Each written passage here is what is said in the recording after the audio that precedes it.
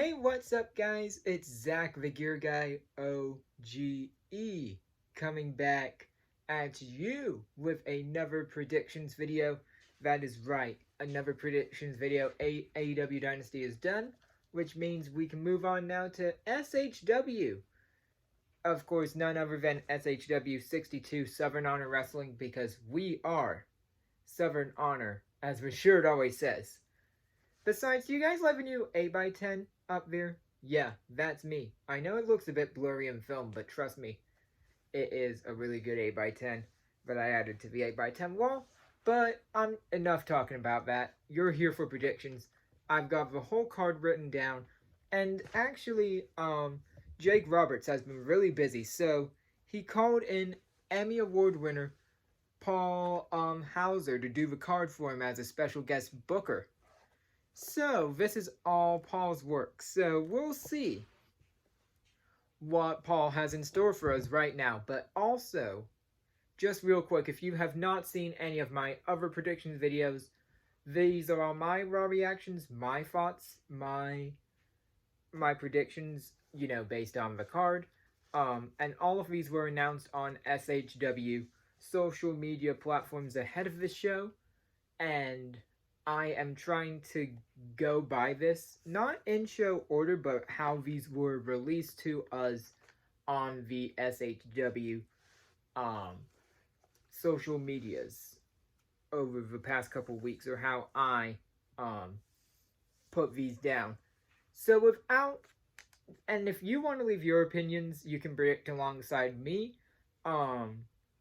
In the comment section down below as well, put your predictions there. I always like reading those. And any comments whatsoever will help anything overall. So, without further ado, let's dive in and let's predict SHW 62. Okay, so first up we have the Jake the Snake Legacy Championship title match. Hunter James with Tristan Michaels takes on the challenger, Cody Fluffman.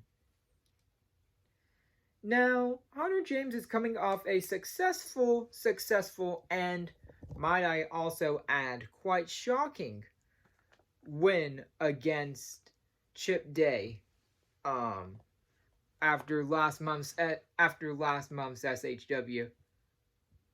Well, who am I kidding? Not last month's, April's second ever SHW event, because we have that double header, in April. So, Hunter James coming off a massive win. It's going to be, kind of crazy to see how Tristan Michaels gets involved in all of this moving forward, and how Hunter James's reign will compare to Chip Day's. Chip Day was a great champion. I definitely thought he deserved a rematch. Maybe he'll get one down the line, but who knows. Cody Fluffman, of course, one half of the Buff and Fluff connection. Another, again, Cody Fluffman kind of reminds me of almost like, think of Colt Cabana in a way, but, he's become a huge sensation with the crowd over the past couple of months here in SHW. And I think him getting a title opportunity is a good thing for him. Definitely, he's always impressed me. I've had him, well, you haven't seen it yet because they are still in the current process of being edited, but as of the time of recording this, I've already had him on the vlog. He was very impressive. I've become a massive Cody Fluffman fan, so, but unfortunately, whilst I'd like to, I would say I'd like it to happen, to see Cody Fluffman at least get a title opportunity, but I would also think that Hollywood Hunter James somehow, some way, pulls off the signature Brain Buster and somehow retains the Jake the Snake Legacy Championship here tonight, on May 10th. On May 3rd, sorry, May 3rd, yeah, May 3rd.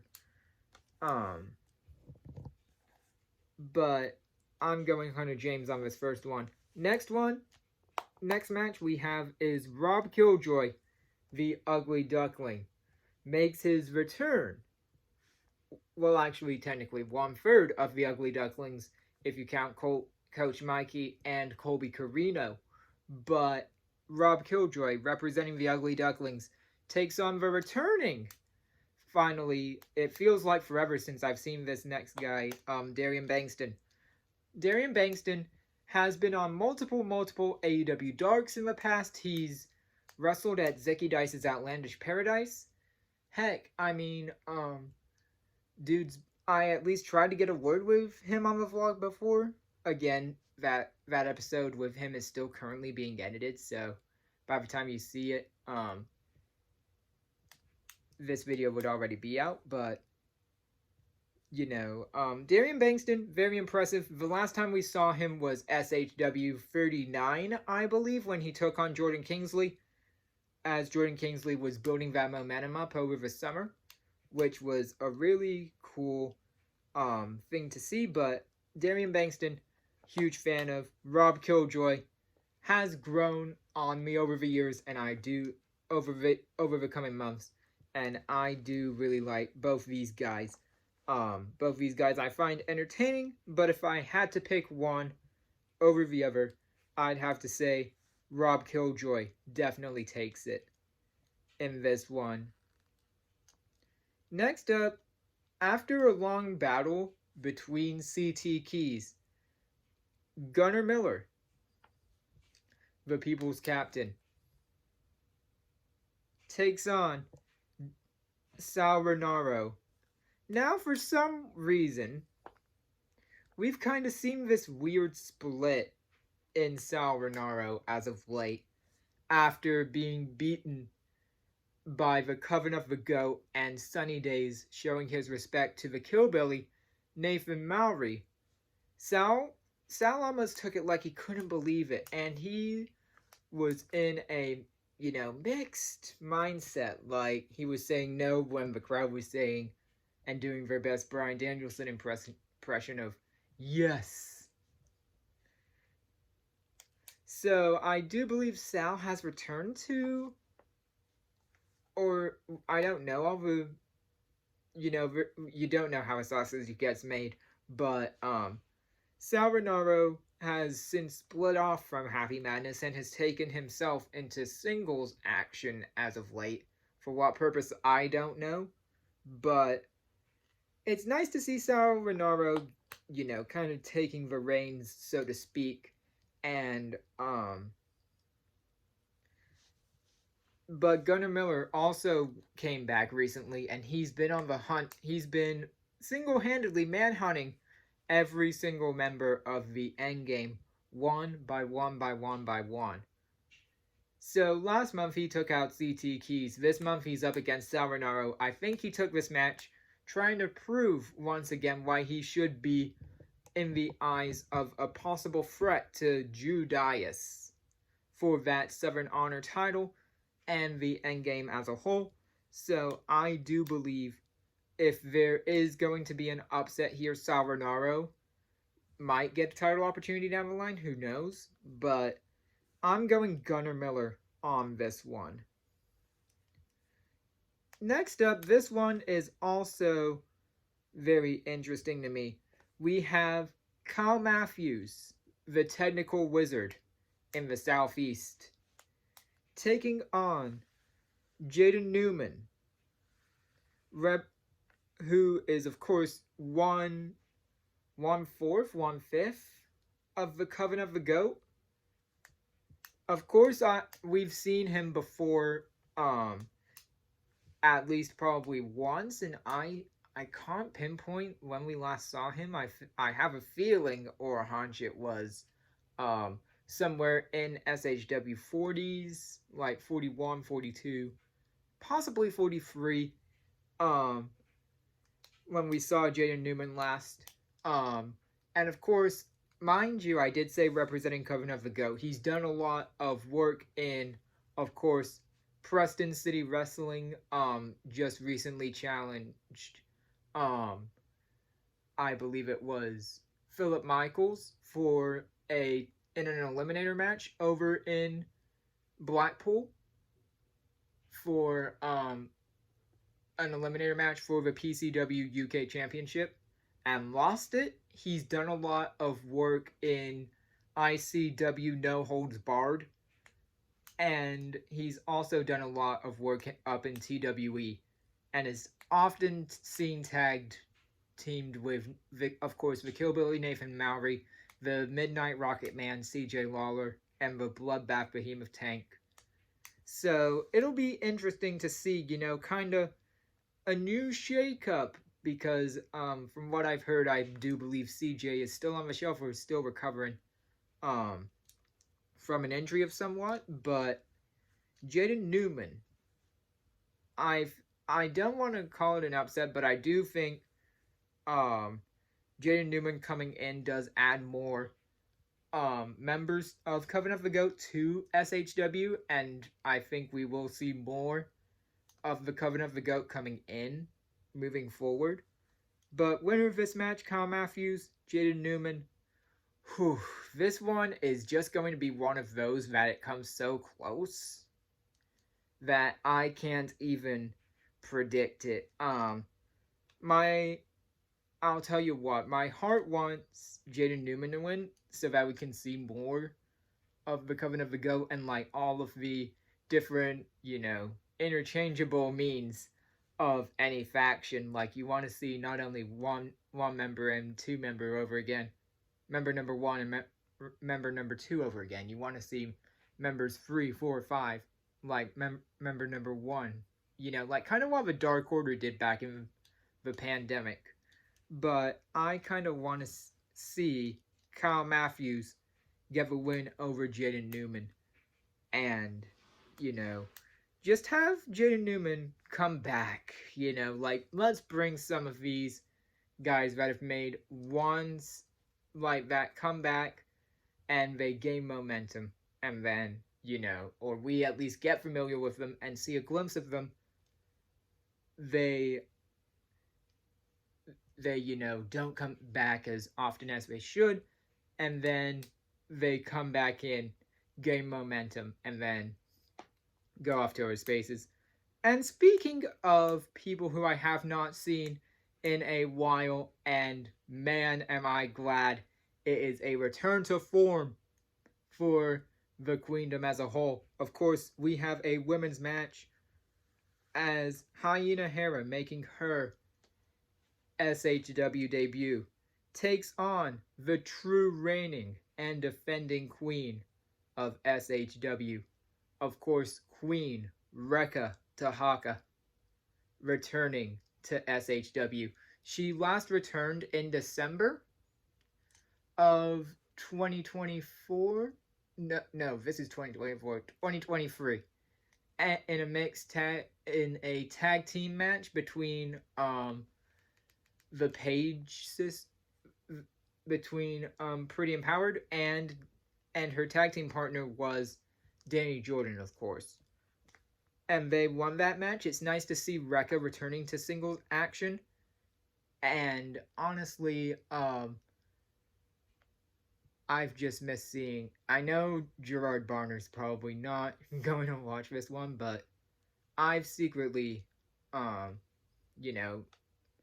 missed seeing the women's action a lot in SHW.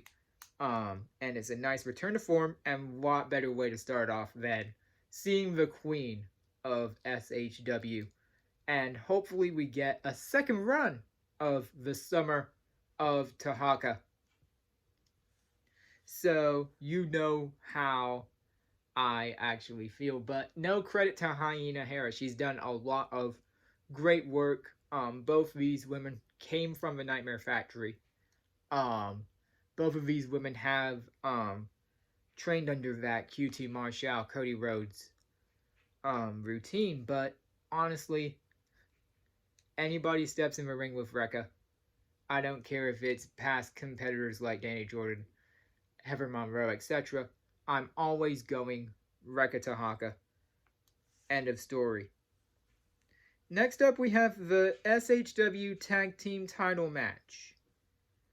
as his name is Alexander Lev, and he is faithful. Teams up, of course, Alexander Lev and the Warden team alongside Grayson Pierce. For some reason, has joined Alexander Lev and the Warden. Take on the undisputed SHW Tag Team Champions, the Grapplers.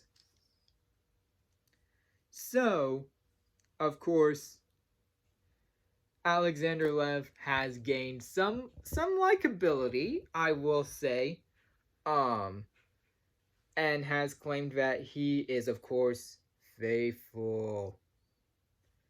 What better way, to prove that, you know, and they have been pretty efficient as a tag team and in singles competition, both Alexander Lev and the Warden. So, to them, I cannot wait to hear what Alexander Lev has to say about the Grapplers. Me personally, because he's been going around the locker room calling everybody addicts, and like how he will show up each and every month because he is faithful. I'm still yearning, David Ali, if you're listening to this, I actually want to see. That would actually be a great video.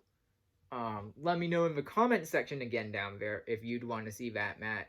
If you'd want to see that video, of matches that I think should happen that haven't happened yet, or like, you know, my top 5 dream matches. Definitely let me know, because I think I might just make that video. Who knows? But of course, getting off track. With getting off track aside, Alexander Lev and the Warden have been pretty impressive. The Warden is, of course, your current Nightmare Factory champion over at the Nightmare Factory and at the Nightmare Factory showcases and the Turnbuckle Championship Wrestling promotion. But for some reason, I see the Grapplers definitely taking the win here. And then, in your main event, it will be a War Chamber match. Man, we are getting this way early. Now, War Chamber, for those of you who don't know, is usually the key main event of every October show. So we are to get it this early is just really, really shocking to me. But for those of you who don't know what a War Chamber is and are like, wait, Zach, or you know what, Zach, I've never heard of a War Chamber match. Well, good thing, because I'm about to tell you the rules right now. The War Chamber is 2 rings, 2 cages. The first team to submit or surrender wins the match. So basically think your blood and guts, your, I don't know what it's called in the other channel, probably Hell in the Cell, I don't know, but, because I don't watch the other channel, don't get me wrong, guys. I mean, look, have you seen this backdrop here? Of course, I'm a massive AEW fan, so think blood and guts, submission or surrender is how you will win this match. And, of course, it is against the 2 factions where this definitely needs to be settled. The Endgame, talking Todd Sexton, Nick Halen, CT Keys, and Michael Judais, taking on the team of the Hierarchy, Murder One, Joe Black, Kenway, and unfortunately, at the end of April's second show, they took out Chip Day, the newest member of the hierarchy. So, his replacement is Paul Hauser. And I cannot wait to see the Emmy Award winning Paul Hauser get in that ring. Of course, he'll be doing a meet and greet before the show, so it'll be really cool to see him either way, but if I had to pick a winner here, I'd say it's about time that the hierarchy shows us what the hierarchy has always done in other spaces, whether it was the NWA, whether it's the NWA, NWA Wildside, of course, IWE, Southern States Pro Wrestling, whatever promotion the hierarchy are in, I do believe the hierarchy are walking out here. And for some reason, the Endgame will surrender. Whether it's Nick Halen or Todd Sexton himself, I do think the hierarchy and Paul Hauser will pull off a victory here. So, once again, I'm going to run through my predictions one more time. Hunter James with Tristan Michaels versus Cody Fluffman for the Jake the Snake Legacy Championship. I'm going Hunter James. Rob Killjoy versus Darian Bengston. I respect them both, but I'm going to go Rob Killjoy. Gunnar Miller, Rinauro. I'm going Gunnar Miller. Kyle Matthews versus Jaden Newman. Match could go either way. I'm going Kyle Matthews. In a returning match, Queen Reka Tehaka takes on Hyena Hera. I am going, of course, with the Queen, Reka Tehaka, all the way. The SHW Tag Team title match, Alexander Lev and the Warden take on the Grapplers. I'm going Grapplers on this one. War Chamber. Endgame. Hierarchy with Paul Hauser. I'm going Hierarchy and Paul Hauser. Once again, do not be afraid to leave your predictions in the comment section down below this video, because I would definitely appreciate that. And also, I've been Zach the Gear Guy, OGE. You've been you, and I'll see you in the next video.